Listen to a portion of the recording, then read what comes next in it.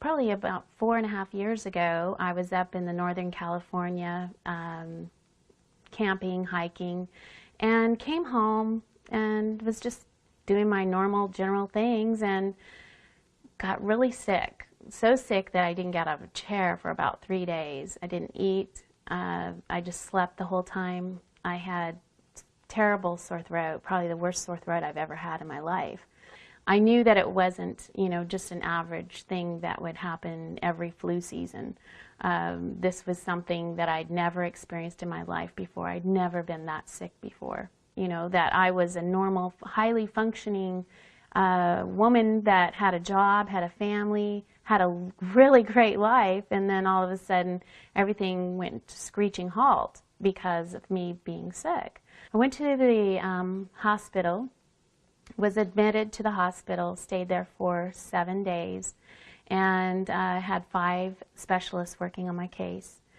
They did every test under the sun and couldn't find what was wrong with me. I saw 9 different physicians, specialists of many different kinds, infectious disease, rheumatologists, and just tests after test. And a lot of times the doctor would just kind of look at me puzzled and say, I really don't know what's going on with you, but here, take these.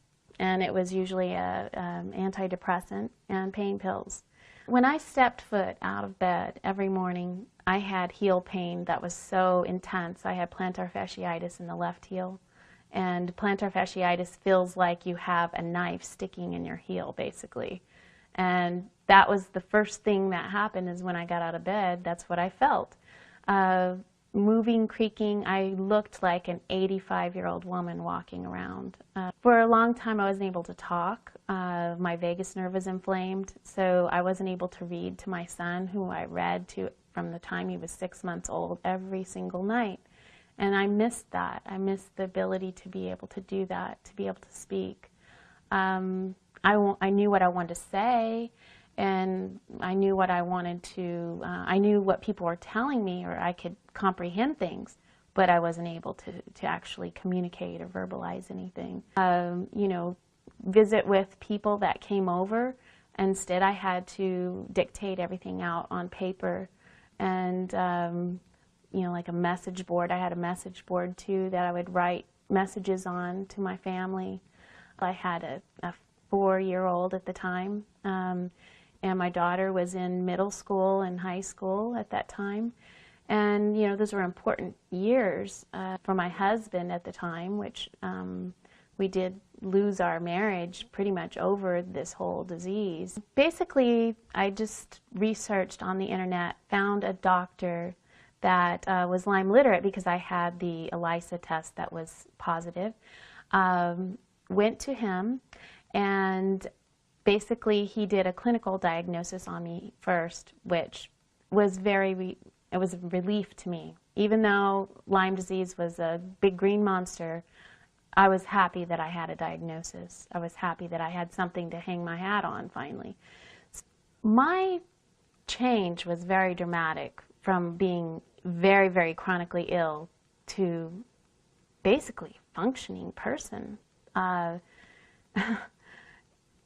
never forget the day that I started really knowing that I was getting well. It was the most beautiful and magical day to me still that I've ever had.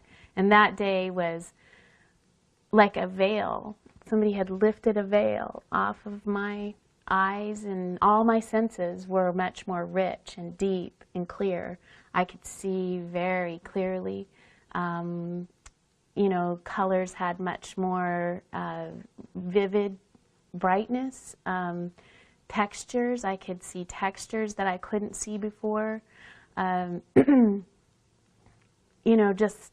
felt energy, people's energy, Before it seemed like that was kind of shut off to me, that if someone were to come up and give me a hug, it was like I was dead. I couldn't feel it. And it felt very warm, and I could feel the energy. So it was like it was a light switch came on.